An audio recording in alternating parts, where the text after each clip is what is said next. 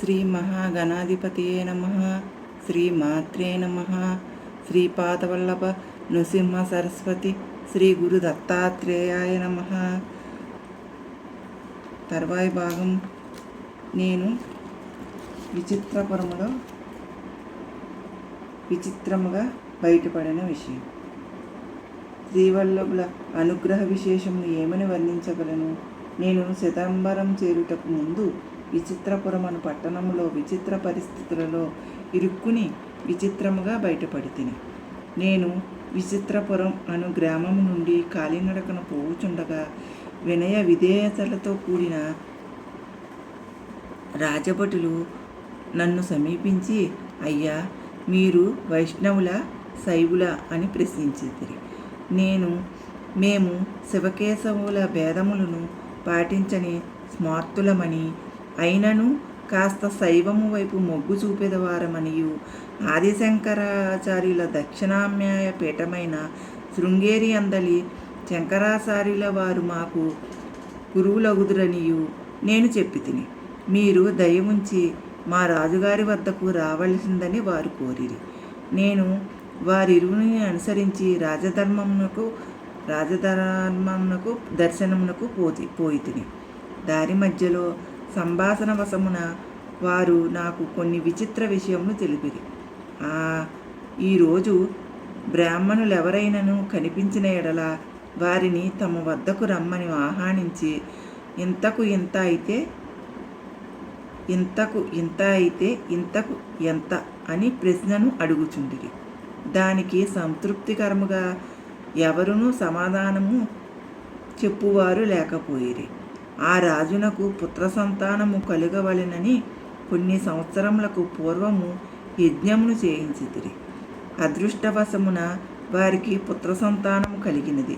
అయితే ఆనాటి నుండి బ్రాహ్మణులకు విచిత్రమైన కష్టములు మొదలైనవి. దురదృష్టవశమున రాజునకు జన్మించిన కుమారుడు మగవాడయ్యను.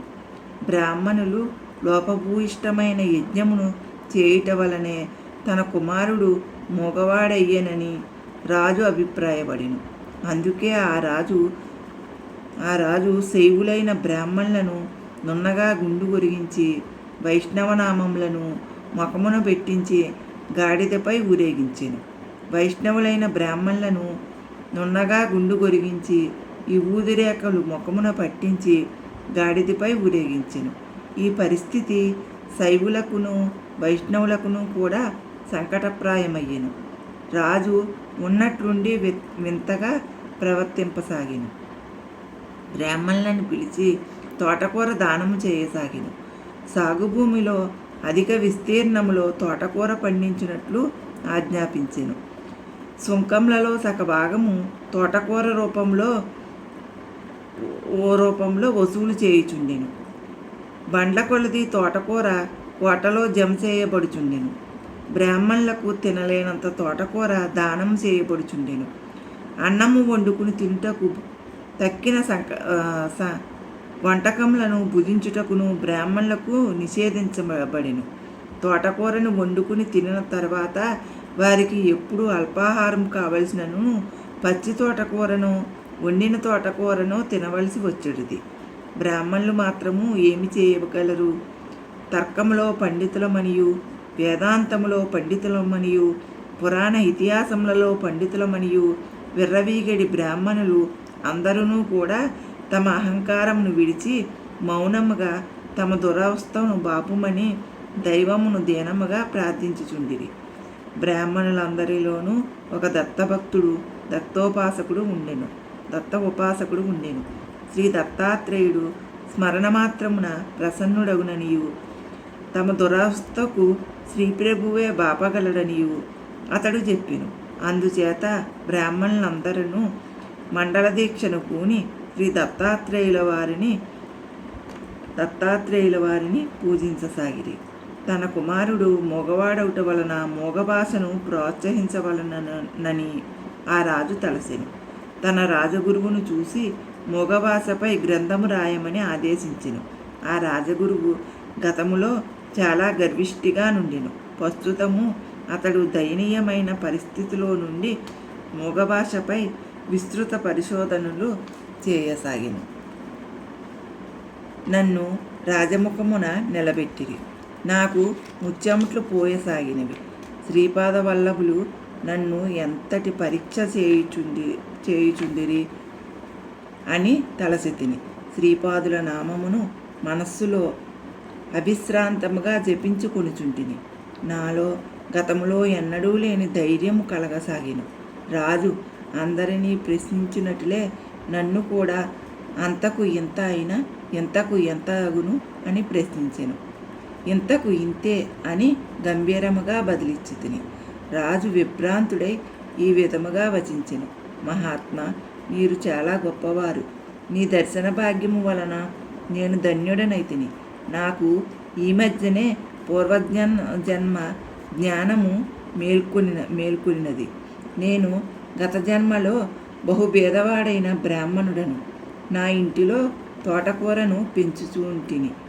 అడిగిన వారికి లేదనకుండా తోటకూరను దానం చేసేవాడను. నా నుంచి తోటకూర దానము పొందిన బ్రాహ్మణులు నాకంటే కూడా ధనికులు, అన్నపానములకు లోటు లేని వారు. వారు నా నుండి దానము పొందుటకు గాని ఏనాడు నాకు సహకరించలేదు. దానము పొందుటయే గాని ఏనాడు నాకు సహకరించలేదు. నాపై దయచూపలేదు.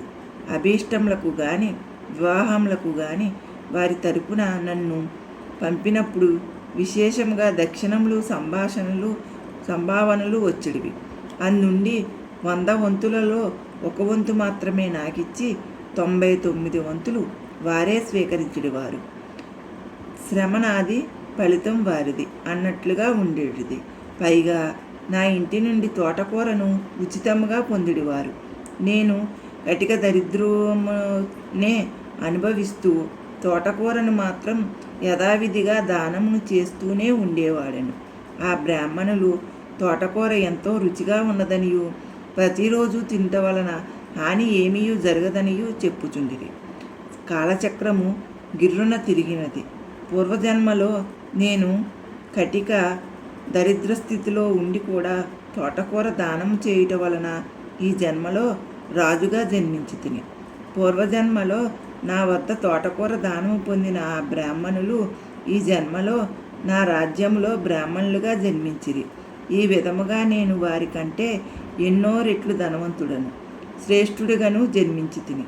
తోటకూర దానం చేయుట వలన రాజు అయి తిని కదా, మరి ఇప్పుడు అప్పటికంటే ఎన్నో రెట్లు బండ్ల కొలది తోటకూర దానం చేయుచున్నాను.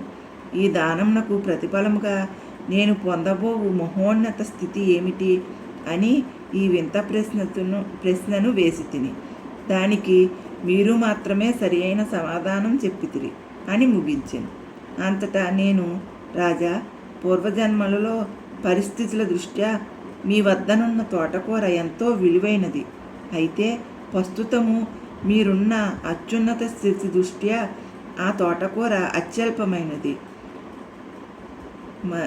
మణులు, రత్నములు, బంగారము వంటివి దానము ఇయ్యదగిన ఈ స్థితిలో మీరు తోటకూర ఎంత దానము చేసినను అందుకు 100 రెట్లు తోటకూర మీకు లభించును గాని అంతకంటే మరేమీను రాదు అని అంటిని. నా మాటలకు రాజు ఎంతో సంతోషించెను. నేను యథాలాపంగా ఇచ్చిన జవాబునకు రాజు తన స్వీయ పూర్వజన్మ కారణము తెలుపుట నా మనస్సునకు ఊరట కలిగించినది. శ్రీ శరణుల కృపా విశేషమున గాడిదను అధిరోహించుడి గండము తప్పినదని భావించి తిని. శుక్లాంబరధరం విష్ణు అను పవిత్ర శ్లోకమునకు తప్పుడు అర్థము వినోదము కొరకు చిన్నప్పుడు చెప్పిన దానికి ఇదివరకే గాడిదను అధిరోహించుట జరిగినది. ఇప్పుడు చాలా అవమానకర పరిస్థితులలో గాడిదనెక్కడి గండము తప్పినందులకు శ్రీపాదుల వారికి నా మనస్సులోనే నమస్సులు అర్పించి తిని. ఇంకా 2వ పరీక్ష ప్రారంభమాయెను. రాజునకు అత్యంత ప్రియమైన మూగ భాషలో పరీక్ష మొదలాయెను. రాజగురువులు నన్ను పరీక్షించుట మొదలెడిరి. రాజగురువులు తమ వేళ్లను చూపుతూ 1, 2 అని సైగలతో ప్రశ్నించిరి. నీవు ఒక్కడవే వచ్చుచున్నావా, లేక మరొకరు ఎవరైనా తోడున్నారా అను అర్థముతో రాజగురువులు అడుగుచున్నారని అనుకుని ఒక్కడనే వచ్చి తిననియు ఒక వేలు చూపించుచు సైగలతో నేను ఉత్తరమిచ్చి తిని. తదుపరి వారు 3 వేళ్లను చూపిరి. 3 సంఖ్య నాకు దత్తాత్రేయుల వారిని స్మరింపజేసినది. మీరు దత్తభక్తులా అని ప్రశ్నించిరనుకుంటుని. భక్తి అనున్నది గుప్తముగా ఉండవలసినదని భావించి పిడికిలిని బిగించి చూపి ఇది రహస్యమైన విషయమనియు ఇది హృదయాంతరంగమునందలి విషయమనియు తెలియజేసి తిని. దానికి రాజగురువులు తీయటి తినుబండారములు ప్రతిమాలు ధోరణిలో సైగలతో ఇవ్వబోయిరి. నేను అది వలదనియు వారించుచు నా వద్దనున్న అటుకుల మూటను చూపి అందుండి కొన్ని అటుకులను తీసి వారికిచ్చి తిని. నాకు తీయటి తినుబండారముల కంటే అటుకులయందు ఇష్టము ఎక్కువనియు మీరు కూడా వీటి రుచిని తెలుసుకోవచ్చుననియు నా భావము. అప్పుడు రాజగురువులు ఉదాత్త స్వరముతో, రాజా, ఇతడు గొప్ప పండితుడు, వేదాంగములను ఆపోసన పట్టిన మహాపండితుడని తెలియచున్నది. ఇతడు మూగ భాషలో కూడా మహాపండితుడని శ్లాఘించిరి. నాకంతయును అయోమయముగానున్నది. అప్పుడు రాజగురువు రాజునకు ఇట్లు తెలియపరచును. రాజా, శివకేశవులను వారు ఇద్దరున్నారు కదా, వారిద్దరూ ఒకటేనా, వేరువేరా అని ప్రశ్నించి తిని. ఒక వేలు చూపుచూ అతడు వారిద్దరూ ఒకటే అని తెలియజేశాను. బ్రహ్మ విష్ణు మహేశ్వరులను ముగ్గురున్నారు కదా అని 3 వేళ్లను చూపితిని. అందులకు అతడు తన ముష్టి బిగించి ఒకే చేతికి 5 వేళ్ళు ఉన్నను అవి సమిష్టిగా లేవా అని ఎదురు ప్రశ్నించెను. నన్ను తన శిష్యునిగా స్వీకరించవలసినదని మధుర పదార్థములను ఇవ్వబోతిని. అతడు తనకు అటువంటి శిష్య ప్రశిష్యుల గోల ఏమీ లేదనియు కుచేలుని వలె తను సంతుష్టితో జీవించే వ్యక్తిననియు తెలియజేయుచు నా అభ్యర్థనను కాదని తన వద్దనున్న అటుకులను నాకిచ్చెను. నేను దిగ్భ్రాంతుడనైతిని. ఆహా, లోకములోని మనస్సులు, వాటి ఆలోచనలు, అర్థము చేసుకుని పద్ధతులు ఎంత విభిన్నమైనవిని ఆశ్చర్యపోయితిని. ఇంకా 3వ పరీక్ష, ఆఖరి పరీక్ష. రాజగురువు చమకములోని పనసలను చదువుచూ వాటి అర్థమును వివరించమనెను. శ్రీవల్లభ వారిని తలుచుకుని నాకు తోసిన రీతిగా ఇట్లు వ్యాఖ్యానించి తిని. ఏతాచమే అనగా 1, త్రిచచ్చమే అనగా 1కి 3 కలిపి వర్గమూలము కనుగొనగా 2, పంచసమే అనగా 4నకు 5 కలపగా 9 వచ్చును, దాని వర్గమూలము 3 అగును. సప్తసమే అనగా ఇందాక వచ్చిన 9కి 7 కలపగా 16 వచ్చును, దాని వర్గమూలము 4. నవచమే అనగా ఇందాక వచ్చిన 16కు 9 కలపగా 25 వచ్చును, దాని వర్గమూలము 5. ఏకాదశకమే అనగా ఇందాక వచ్చిన 25నకు 11 కలపగా వచ్చిన 36నకు వర్గమూలము 6. త్రయోదశమే అనగా 36నకు 13 కలిపి వర్గమూలము కనుగొన్న 7 వచ్చును.